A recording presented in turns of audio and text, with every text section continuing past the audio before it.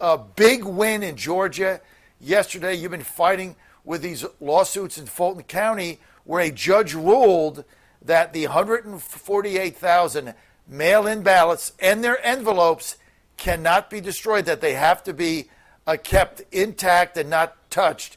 Do you consider that, John, for all the fighting you guys have done there, to be at least a big victory in trying to get to the bottom of this?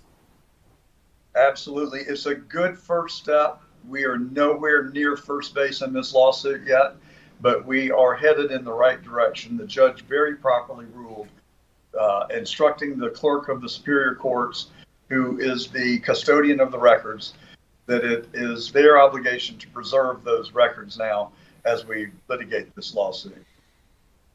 So they're going to preserve both the ballots, the 148,000. Are they also going to preserve the number of envelopes? You can't match the envelopes, but John, I've been saying forever that it's basically you got to match the ballots with the number of envelopes. If there's only 130,000 envelopes, I want to know where the other 18,000 are because the ballots have to come in an envelope. Is that part of what's being memorialized here? Well, it most certainly should be, because state law requires that they preserve the evidence for 2 years after an election and longer if there is a contest. So the envelopes absolutely should be there.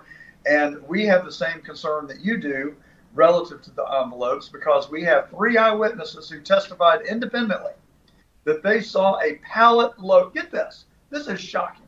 A pallet full of absentee ballots that were not folded, untouched by human hand, all scored identically, and were filled out by a printer rather than a human hand.